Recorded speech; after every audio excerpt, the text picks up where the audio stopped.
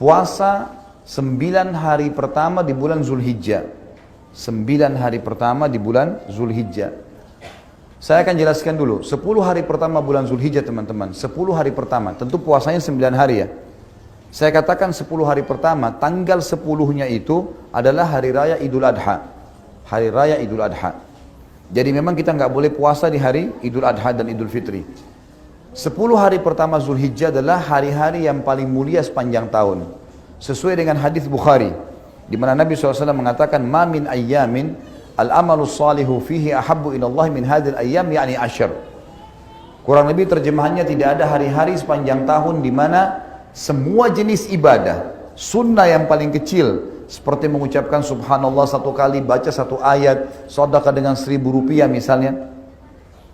Tidak ada hari-hari sepanjang tahun di mana semua jenis amal soleh, dari yang sunnah paling kecil sampai yang wajib, lebih Allah cintai, maksudnya lebih besar pahalanya dibandingkan amal soleh sekecil apapun sunnah, apalagi kalau sampai wajib yang dikerjakan di 10 awal bulan Zulhijjah. Di 10 awal bulan Zulhijjah.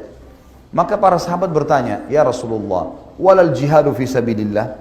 Wahai utusan Allah, jihad di jalan Allah, meninggalkan keluarga, meninggalkan pekerjaan, meninggalkan harta, meninggalkan anak-anak, bisa ditawan oleh musuh, bisa dibunuh. Itu juga belum bisa mengalahkan makna hadisnya. Amal sunnah sekecil apapun yang dikerjakan di 10 awal bulan Zulhijjah. Jawaban baginda Nabi SAW, walal jihadu fi sabilillah. Jihad pun di jalan Allah belum bisa mengalahkan amal yang dikerjakan walaupun sunnah yang kecil di 10 awal bulan Zulhijjah. Jihad belum bisa mengalahkan itu. Illa rajulun kharaja binafsi wa mali wa lam yarji bidzalika bi syai'. Kecuali seorang laki-laki yang keluar berperang membawa jiwanya dan seluruh hartanya. Dia punya 10 miliar, semua dibawa ke medan perang, beliin senjata, beliin segala macam, habis semuanya. Kata Nabi SAW, dan dia tidak membawa pulang keduanya. Dia mati syahid, semua hartanya habis diinfakkan, baru bisa menyamai amal sunnah sekecil apapun yang dikerjakan di 10 awal bulan Zulhijjah. 10 hari pertamanya teman-teman sekalian, lingkarin baik-baik di kalender. Ini hari-hari emas kita, mengalahkan pahala jihad. Bahkan lebih jauh daripada itu.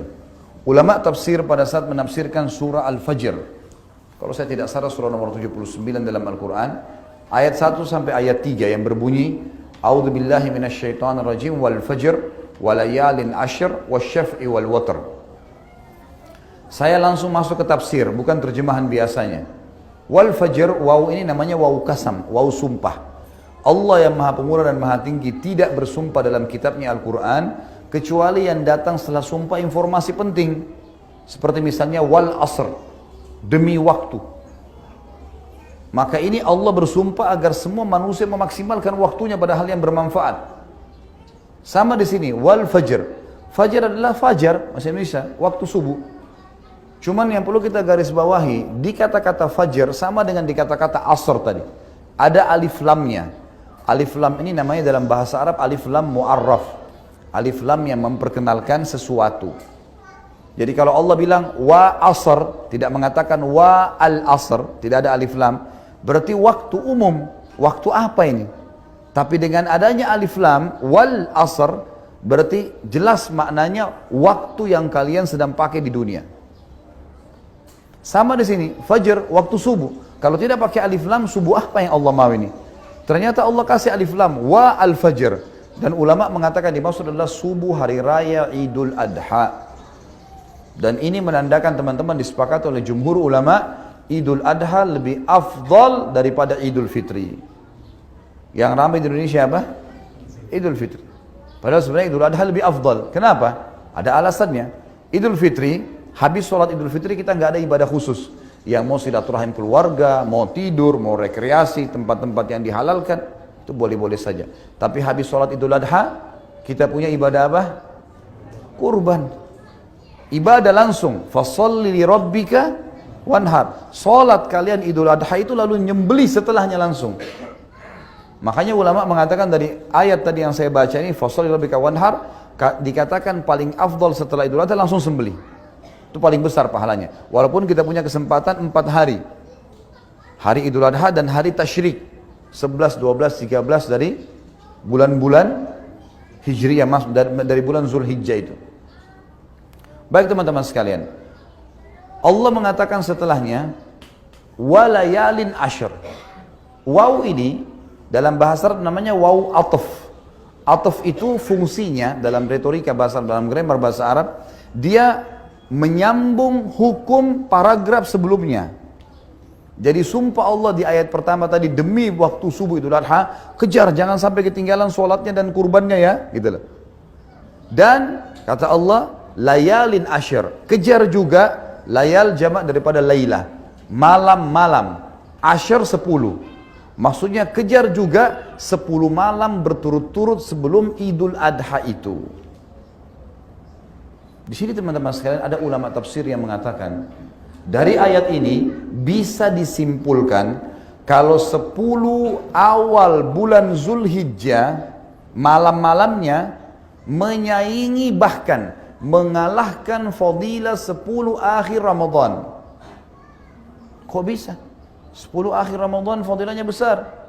Ada Lailatul Qadar lebih baik daripada 1000 bulan. Apa jabaran para ulama? Kalau di 10 terakhir Ramadan kita disuruh kejar Lailatul Qadar yang lebih baik daripada 1000 bulan, hanya 1 malam dan di malam-malam ganjil saja. Di sini di 10 awal bulan Zulhijjah Allah suruh mengejar setiap malamnya. Walayalin ashr, kejar setiap malamnya itu sebelum subuh itu ada dengan sholat malam. Dan di sana lebih baik daripada 1000 bulan, di sini lebih baik daripada jihad. Sudah kita sebutkan tadi hadis Bukhari.